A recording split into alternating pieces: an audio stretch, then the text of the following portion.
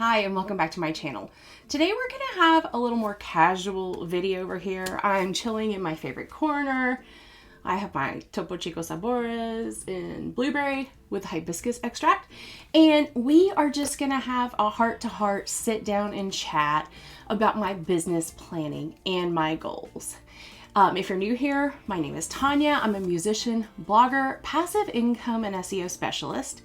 And make sure you stick around to the end today, because at the very end of this video, I'm going to be asking your questions that you submitted to me via Instagram. My focus this quarter is to be very intentional with everything I do in my business. If you saw my video on manifestation, you'll know that I've been really working on getting intentional. And if you haven't seen it, I'll put a link to that video down below because it talks you through my process and it also shares with you my favorite manifestation book. I will also link that in the description as well. I did a lot of reflecting when I started my quarterly planning. And after some cold, hard, introspective reflection, I realized I am spending way too much time focused on trainings and education. Now, there is nothing wrong with trainings and education. I am in the training and education business. But my problem was, instead of actually getting out there and doing the thing, I got this mindset, no, I need to learn more first. I need to learn more first. And it's been costing me money because I am not taking intentional action. Instead, I'm hiding behind the I have to learn more first.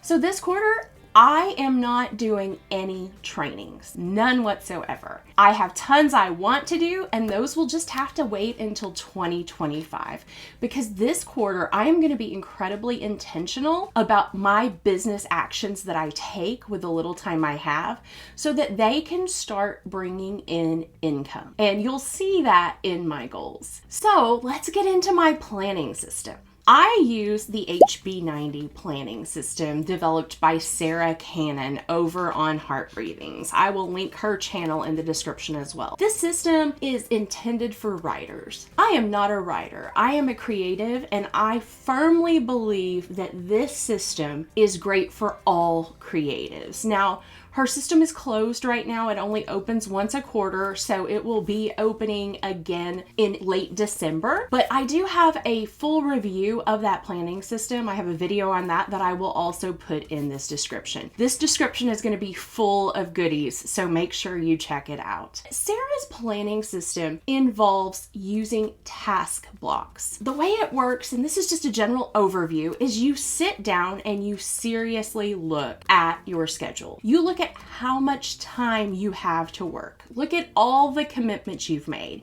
And for me, I run a full-time music teaching business in addition to my SEO coaching business. So really, I run two full-time businesses and I have to dedicate proper time to each of those businesses. Now, my music studio has been around for 27 years and it pretty much runs itself now. I have streamlined it to where all I have to do is show up and teach the lessons. Everything else is automated.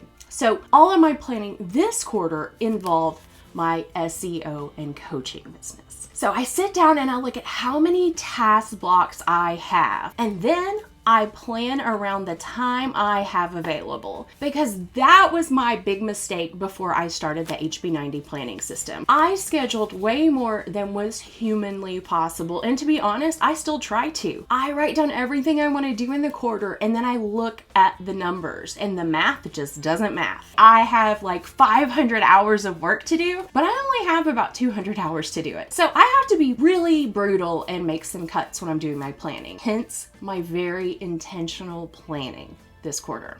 Now, Sarah's system centers around using these task blocks, which are 25 to 30 minutes each. And she uses a Pomodoro technique, which is you work for 25 minutes, you take a 5-minute break, and every 4 of those task blocks, you take a slightly longer break. Now, I'll be honest, I don't always take the breaks like the Pomodoro method says, but simply looking at these task blocks and calculating how much time I have, and then how much time it's gonna take me to do something, it lets me know if I have the availability in my schedule this quarter to tackle that task. task. Now, before I set my goals this quarter, I took the time to go through Sarah's Picture Your Ideal Life workbook. I did this the first time I ever did HB90, but I haven't done it since because I've been kind of continuing with that.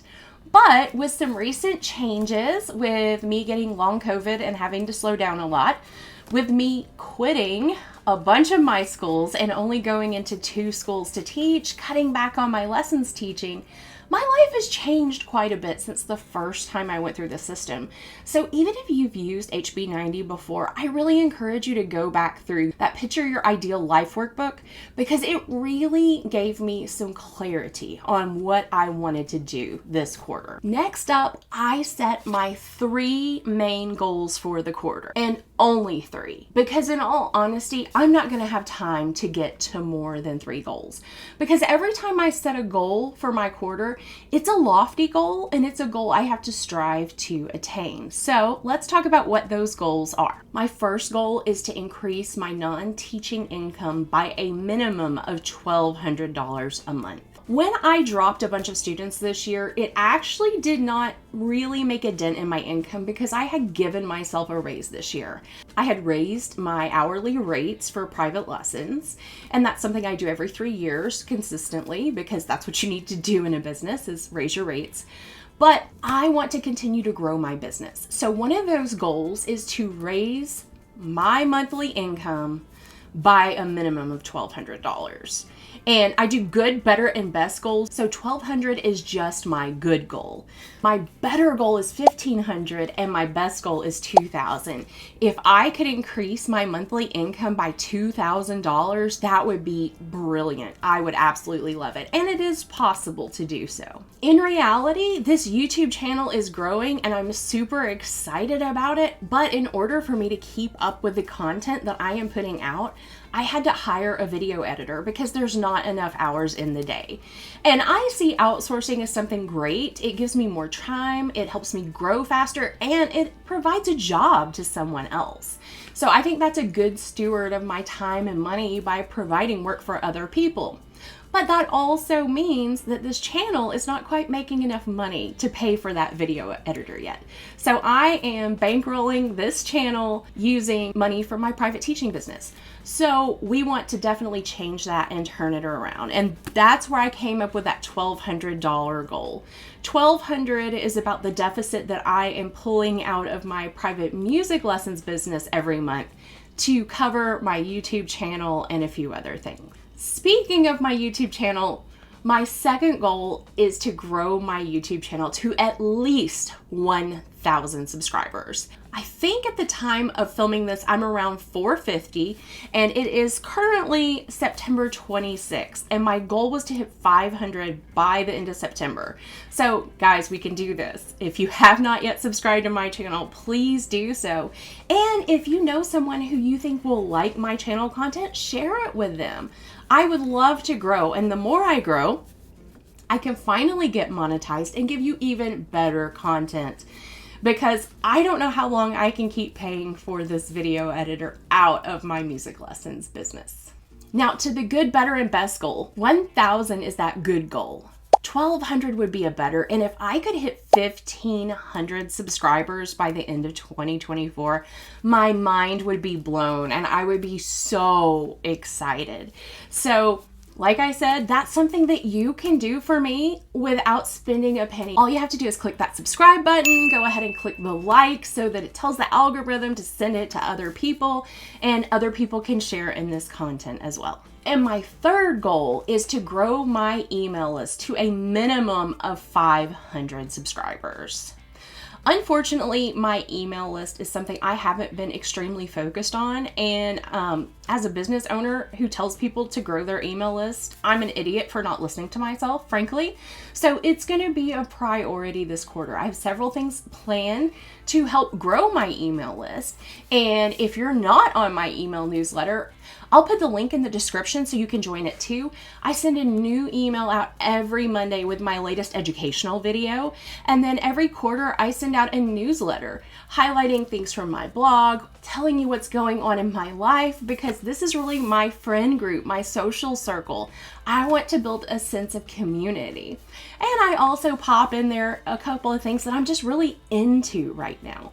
Things that I really love. I remember one of them were these Saboras. This is not sponsored, although if Topo Chico wants to sponsor me, I'll take it.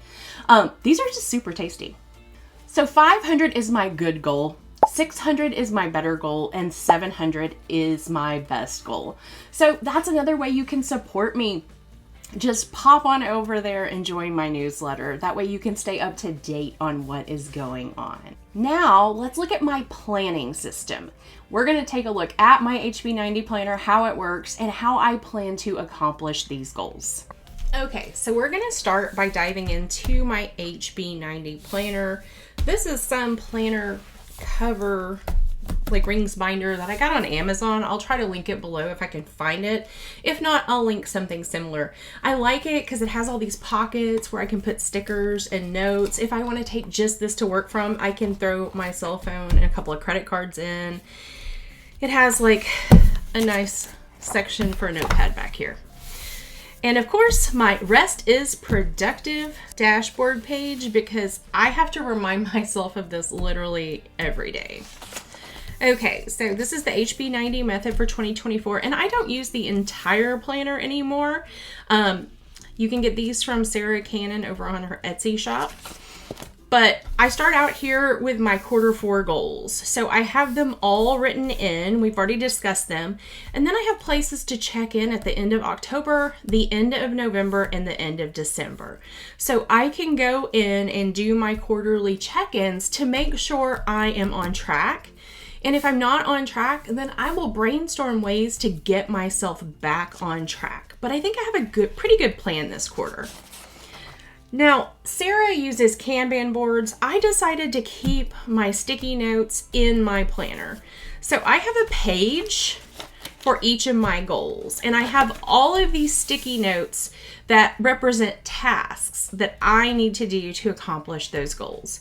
So I will plan at the end of every week, and I will go through and pull the sticky notes off that I need to accomplish that week, and transfer them to a page that looks like this. Now, this is my plan for this current week, and I have important things that I want to focus on, how many task blocks that I have, and then the project and how long I think it'll take. And then I track how many task blocks it's actually taking and put the actual number next to it. And this is reminding me, I was supposed to grade today, and well, that didn't happen. It's gonna be pushed to tomorrow. And like I said, unapologetically, I didn't have time today. Okay, so up next, we've got the sticky notes. That's gonna bring us into my project brainstorming dashboard. So I did this before I made the sticky notes. I went through and I brainstormed what projects I need to do to reach my goals. I focused on goal 1 and goal 3 because goal 2 is YouTube, and what I have been doing has been working, and I'm just going to stay consistent with it. It's already in my daily planning. So some new things that I could do to achieve these goals. So remember, goal 1 was to increase my regular monthly income. So I have a launch in October. I'm going to try to start doing some collaborations with web designers. I am an HB90 affiliate, so in December, if you want to sign up for this, I would love it if you would use the link in my video, and I will send that out in my newsletter in December too, because when you sign up with my link, I get a small cut of your purchase. It doesn't cost you anything extra, and it goes to support this channel and pay that video editor I was talking about. And I'm going to be hosting a digital course boot camp in January. So there's a little sneak peek for you guys here over on YouTube. And it only is going to take 4 task blocks because it's just advertising it. It's not actually running it. That will be in Q1. So for goal 3, which is to grow my email list, I'm going to be putting together some gear guides. I've got a freebie gear guide here.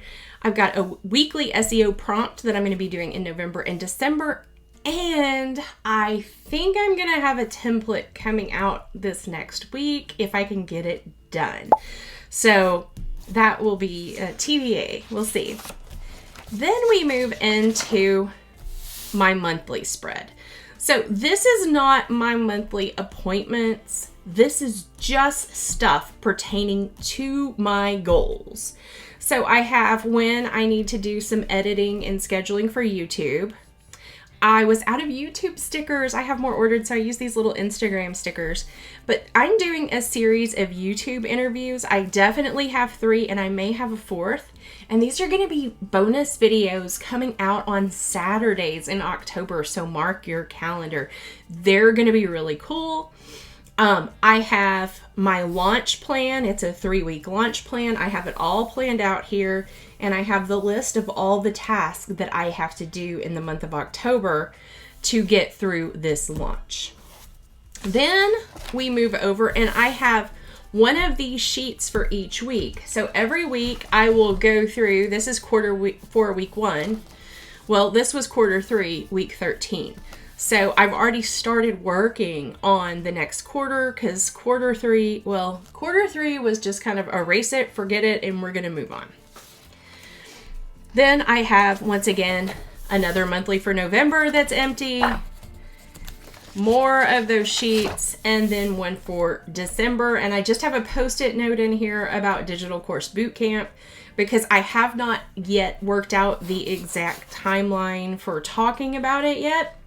And honestly, I'm not going to do that until after my October launch because it can wait for now. So this is more like that future idea parking lot situation. I just have it stuck over here in December knowing that I have to plan for it. So hopefully this is helpful in understanding my systems. Okay, so now that you've seen the inner workings of my planning system and now you know all the super juicy secrets of what I'm going to be doing in quarter 2, let's answer some of your questions. So the first question I got was, how do you survive? Well, bourbon, lots of bourbon. All jokes aside, survival is a very real thing. Sometimes you look at your schedule and what you have planned and it's just overwhelming and it's not sustainable. Things happen, you get sick, you are dealing with an ailing parent, or you have a child who has the flu, and it takes hours away from your time that you just can't get stuff done. When that happens, you have to make cuts. And luckily, as an entrepreneur, you are your own boss. Any cuts you make are just to you. So take a hard look at what you have planned and what you have scheduled and make some cuts unapologetically. Because taking care of yourself is so important. You've all heard the saying, you can't pour from an empty cup. It is so very true. If you keep running yourself into the ground, you're gonna hit burnout, and that is not good for anybody, especially for you. So take a look at your planner and say, what can wait? What can be pushed off till next month or even next year? It all doesn't have to happen right now. And then unapologetically grab your pen and draw a line right through that. We are not going to do it. And what I do for stuff like that is in this planner, which I totally love, my Hobonichi cousin, I have a future idea parking lot. So I just set up a page in the back with my future ideas and I just jot those down. Anything that has to be canceled or moved just goes here. I don't forget about it. I can revisit it as much as I want and move on from there. Another question I got was, how do you grow with SEO? And that is such a great question. SEO is definitely a part of the planning. I incorporate search engine optimization into everything I do. And I have a wonderful video on SEO that I will link in the description. Actually, I have quite a few of them, but I'll link the basics video down in the description. But with SEO, I optimize everything I do, whether it be social media post or blog post or these YouTube videos. I set them up in a way so that they get pushed out by Google or by the algorithm to get in front of more people. But it's important to keep in mind that SEO is a long-term game. You're not going to see instant results from SEO like you would a big campaign on social media. But the good news about SEO is it works kind of like compound interest and it grows over time. So you have to do less and less work to get results. And the last question I got was the basics on how you plan all of your content and balance it with your schedule. And that's a great question because let me tell you, that's something that I have worked for a couple of years on now to find some balance between the two. The good news is the more content you create, the easier it gets to create. So you get to go a little bit faster and you develop a system. And I think this could be something that I could do an entire video on, and I may do that in the future. But the short of it is I sit down once a month and I plan out all of my content for the month. I plan out any blog posts, any emails, newsletters, YouTube videos, social media posts. I plan them all in one sitting. I look first at what I'm focusing on, like if there's a launch coming up, which, spoiler alert, you now saw in my video that there is a launch coming up in October, and you can look forward to that. I'm reopening Creative SEO. So you will see that all of my content in October is around that. It's around using SEO to bring in passive sales. Because as a business owner, you want your content to mimic what you're talking about or what you're currently launching. Secondly, I like to throw in some personal stuff because, once again, community. I want you to be part of my community. And that means knowing me, knowing my authentic self. And that helps you build trust with me. I'm not out here faking it. I am having a casual video with you right now in my Stay Spooky shirt and in leggings that, well, they have a hole in them. I like to do all of that planning at once. And then I do batching using that task block system. So I know that I need to get all my social media content out. So I schedule a couple of hours to sit down and create all of my Instagram feed posts. I create them over in Canva, and then I take them and I use a system called Metrical to schedule them. There's tons of schedulers out there. Metrical is my favorite at the moment. And I just get them scheduled so that they automatically go out throughout the month. Secondly, for my stories, I just brainstorm those throughout the week. And sometimes I just do them from day to day. Like my story today was, hey, filming this video in a couple hours, last chance to get your questions in. And for me, stories are fun. They're kind of just a sneak peek of my day. I do talk about business sometimes in my stories, but in my Instagram stories, you're going to see more of my personal life. And then for my YouTube videos, I try to batch them. Like I said, I have a video editor, and that's been great for me because it's given me accountability. I have a deadline of when I have to get the content to her. So I can simply schedule that in. I try to batch film. I love to try to film 2 videos at once. So I have to have different lighting setups depending on my filming angle. So if I have 2 videos, I'll have them fully scripted with my plan, and then I'll plan out where each shot's going to take place, and I'll simply film 2 videos at the same time. I'll get the content for one and then the content for another. And by batching this way, it really does help me save time, because doing a filming setup, especially on a day like today where it's cloudy and raining, we've got a tropical storm on the way, I have to set up lights and screens and everything, and that takes a lot of time. So if I can batch my videos and film more than one at a time, that helps save me those that extra half hour of setting up and tearing down. So hopefully you found this helpful, or at least entertaining, because, sometimes I'm a little bit of a spicy disaster, especially over here in my leggings with a hole in them. So until next time, guys, peace out.